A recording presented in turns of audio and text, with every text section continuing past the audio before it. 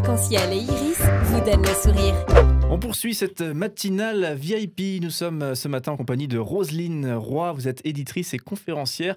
Vous nous venez du Québec, hein, si on... Non, c'est pas ça? Non, du Canada. Du Canada, oui, aïe. mais, au Canada, il y a des francophones hors Québec. Alors, on les appelle souvent... disons qu'en majorité, ce sont des Acadiens. Des Acadiens. Des Acadiens. Voilà, donc une matinale où on apprend plein de choses. Et on n'hésite pas à se tromper, il n'y a pas de souci. Et on ne fera pas toute l'histoire de l'Acadie, mais les gens peuvent aller googler c'est quoi des Acadiens. D'accord. En tout cas, on est heureux d'avoir cet accent qu'on aime beaucoup, hein, qui ressemble un peu à l'accent québécois. Aïe, il a encore dit une bêtise. Bon, mais il faudra excuser ce rapprochement, ce regroupement malheureux. Hein. En fait, tous les Français connaissent la chanson « Nous les Acadiennes, nous les Acadiennes ». La chanson de Fugain, elle est très, très, très connue. Et la question qui vient ensuite, c'est toujours... au fait, c'est quoi des Acadiens, des Acadiennes? On parle de quoi? On parle de quoi? Voilà, donc bon, c'est pas le sujet de notre émission, mais merci beaucoup d'être avec nous en tout cas et dans une bonne humeur ce matin. Également sur le plateau, Anne-Cécile Dupré. Donc on parle ensemble de l'approche Faber et Maslich. Alors, on citait tout à l'heure quelques ouvrages. Parler pour que les tout-petits écoutent. Parler pour que les enfants écoutent. Écouter pour que les parents parlent. Frères et sœurs sans rivalité. Voilà, donc là, si vous êtes parents, eh bien, c'est que des problématiques que vous connaissez. Il y a aussi des ouvrages pour adolescents, etc. Donc, rentrons dans le vif du sujet par rapport à cette approche Faber et Maslich. Vous êtes en France pour une série de conférences sur cette thématique-là. Justement, est-ce qu'on peut avoir un sujet, une thématique dans l'un des ouvrages, très concrètement, ce que vous proposez dans le cadre de l'approche Faber et Maslich. Roselyne Roy. En fait, la base, comme je l'ai mentionné un peu avant, c'est l'écoute des sentiments. Alors, on a un enfant, par exemple, qui trébuche, puis qui se fait mal, et qui se met à crier, et qui se met à hurler. OK? Notre tendance, et surtout si on est en public, c'est c'est juste une petite égratignure, c'est pas si grave que ça, mais t'as pas besoin d'en faire tout un plat. OK? On a tendance à essayer d'amoindrir les éclats, OK, autour. Et dans l'approche, en fait, ce qu'on dit, c'est que plus on essaie d'étouffer l'émotion ou le sentiment, en fait, on fait l'inverse. C'est comme si on jette de l'huile dessus, OK? L'enfant a besoin de crier encore plus fort pour sentir qu'il y a de l'écoute autour, OK? Il y a quelqu'un qui voit que il n'a pas aimé tomber, il s'est fait mal. Et pour lui, tout de suite, ça fait mal, OK? Dans le moment présent. Alors, juste un petit exemple comme ça. À la place, plutôt que de dire c'est pas si grave, on va plutôt lui dire même si c'est une petite égratignure, pour toi, ça a vraiment fait mal.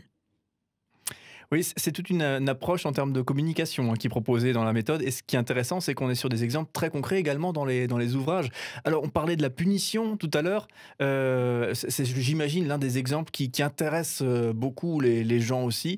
Donc, ne parlons pas, j'imagine, de la fessée ou de la contrainte physique en punition. Il y a la punition dite classique avec... voilà, et il y a autre chose, a priori.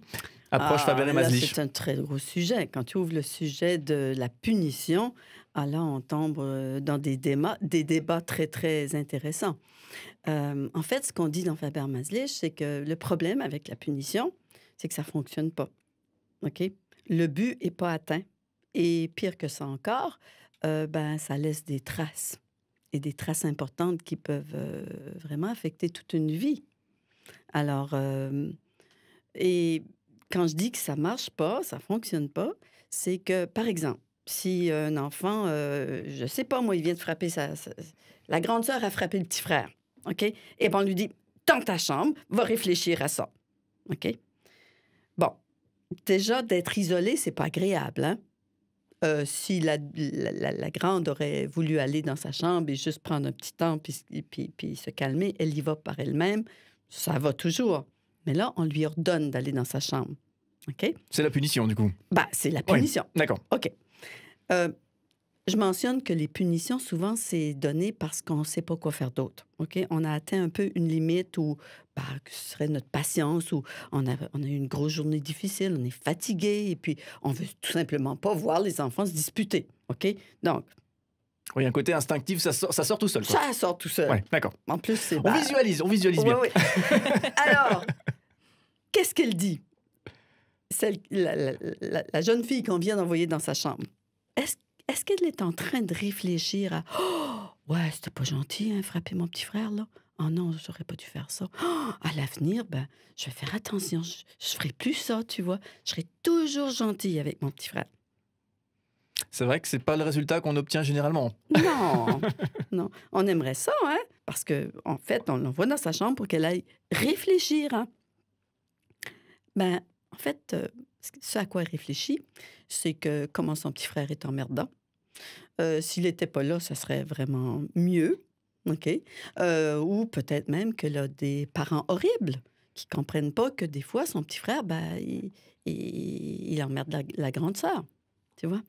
Alors, et puis je pourrais te donner des exemples encore et encore sur le fait que la punition, ça ne marche pas. Et en plus, ben, ça affecte l'estime de soi. Et c'est tellement important dans notre société de partir dans la vie avec un bon départ et d'avoir un solide estime de soi. On le sait. La vie, ce n'est pas qu'un jardin de roses. Il y a plein d'embûches qui nous arrivent tout au long de notre vie. Et puis, si on n'a pas une base solide, et en fait, je reviens toujours... OK, je sens que tu n'es pas assez vite de l'écoute des sentiments à la punition, parce que je sais que c'est un sujet qui intéresse beaucoup, mais la base solide de tout ça, c'est l'écoute des sentiments, parce que le sentiment... je le décris comme un thermomètre entre ce qui se passe à l'extérieur et à l'intérieur. OK? Ma réaction par rapport à ce qui se passe à l'extérieur, moi, je le sens au niveau de mes sentiments. OK? Et quand on est constamment en train de dire à un enfant que, ben, il n'y a pas de raison de se sentir comme ça, comme l'exemple de l'enfant qui a trébuché, ou que c'est pas correct de se sentir comme ça, ou que c'est... Ouais, il devrait tout simplement pas... il faut pas avoir peur, etc. Tenir compte de ses sentiments. Oui, exactement. Pas avoir peur et tout ça. Mais c'est comme si on fausse le thermomètre. OK? Il fonctionne plus, lui. Alors, on en doute.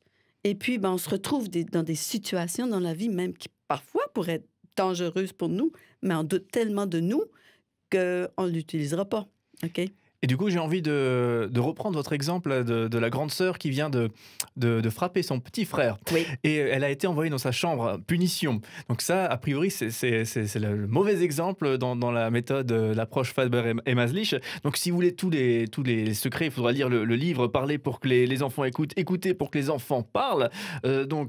Justement, publié aux éditions du Phare. Mais peut-être, est-ce qu'on peut avoir un petit quelque chose sur la méthode autrement. Qu'est-ce qu'il aurait fallu faire? La grande sœur vient de frapper le petit frère. Et on arrive un petit peu en fin de journée et le thermomètre est chaud. Vous animez des ateliers, Anne-Cécile Dupré, effectivement, sur cette thématique-là. J'imagine qu'il y a des questions très concrètes de ce type-là. Qu'est-ce que vous répondez? Alors, c'est une question qui est hyper complexe parce qu'évidemment, il n'y a pas deux cas pareils. Pourquoi on a frappé le petit frère? Déjà, première chose, pourquoi? C'est une question.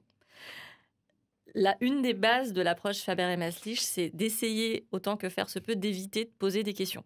Parce que poser des questions, c'est aller chercher l'explication et donc aller chercher la raison, donc la tête, chez les enfants. Alors qu'en fait, ce qui se passe, ça ne se passe pas dans la tête, ça se passe dans le cœur. Donc si on fait travailler la tête alors que le cœur, il est en pleine ébullition de volcan, là, ça ne marche pas.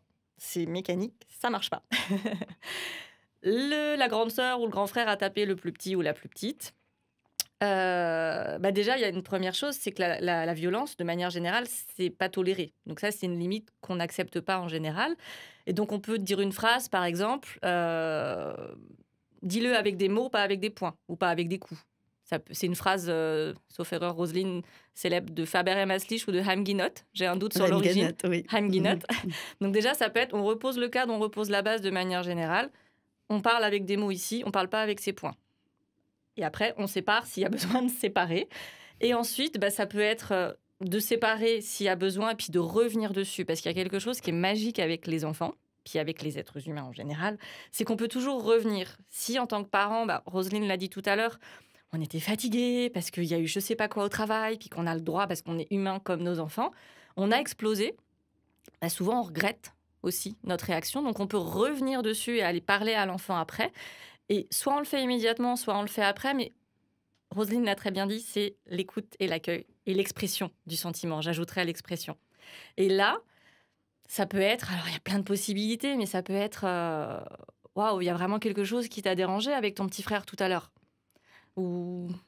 Roselyne, vas-y. En fait, c'est qu'on est en train de toucher à la thématique de frères et sœurs sans rivalité ici. C'est ça. Qui est pas nécessairement parler pour que les enfants écoutent. Dans parler pour que les enfants écoutent, on va beaucoup plus regarder la relation d'adulte à enfant.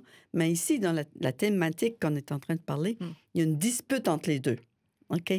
Et ce qui est important, c'est que les deux soient là pour régler ce problème-là. OK? On ne parle pas juste à la grande sœur. En fait, le petit devrait être là. Et il faut aussi regarder le fait que est-ce que c'est quelque chose de récurrent ou bien c'est juste ponctuel, un truc qui vient de se passer. Mais souvent, c'est très récurrent. Entre frères et sœurs, il y a un mode de communication et même de la façon de se comporter qui évolue avec le temps ou qui reste pareil aussi. OK? Alors, les parents ont vraiment besoin d'intervenir dans ce type de situation-là. On peut pas laisser grande sœur frapper petit frère. C'est impossible. Ça va grossir avec le temps. Alors, pour remplacer la punition, on parle beaucoup de résolution de problèmes. OK? Il y en a d'autres, des techniques ou des habiletés de communication on pourrait parler de nos attentes. On pourrait dire, ben moi, je m'attends que dans cette maison-ci, on ne se frappe pas. OK, il y a différentes... Mais ce qui vient par-dessus tout, pour moi, qui est la technique par-dessus toutes les autres techniques, c'est de faire des résolutions de problèmes où on implique les enfants. OK? Et ici, ça ressemble un peu à de la médiation. OK? Par exemple, grande sœur, on lui dirait « Hey, t'étais vraiment fâchée là, pour avoir levé la main sur ton petit frère. » OK? Et puis, on écoute. On ouvre nos oreilles. OK? Ah, comme ça, ouais, ton petit frère, il est venu t'embêter, il t'a piqué un truc. Ouais, puis il fait toujours ça, puis OK? Donc, aider grande sœur à se décharger de l'émotion qui est là. Première chose, OK? Et c'est bien que petit frère soit juste à côté. On ne fait pas ça juste avec un des deux, là. Alors, quand grande sœur a réussi à décharger un peu toute la frustration qu'elle a, on voit qu'elle se calme, OK? Donc, tu étais en train de faire, je ne sais pas, moi, écouter ta musique et ton petit frère est venu et puis il t'a piqué. Une forme de paraphrase, finalement. On reprend, on essaie de formuler son sentiment. D'accord. Complètement. C'est exactement ça. OK? Qui n'est pas facile à faire. On n'a pas l'habitude de faire ça. Et là, on se retourne vers petit frère. Ah ouais, mais toi, tu avais vraiment envie de ce qui était devant ta grande sœur. Je ne sais pas quel truc que c'est, un jouet. Et puis, ouais, elle veut jamais me le prêter, tout ça. Et puis, donc, on va écouter. Ah ouais, parfois, il y a des choses que ta grande sœur a, puis tu aimerais vraiment qu'elle partage avec toi. Ouais, puis elle fait toujours ça. Puis, OK? Jusqu'à ce que les deux sentent qu'ils ont réussi à dire ce qu'ils ont sur le cœur. OK? Et puis, OK, là, vous avez un problème. OK?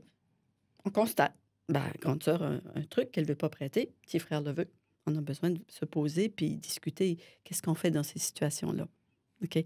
Après, comme disait Anne-Cécile, on ne peut pas passer à la tête tout de suite.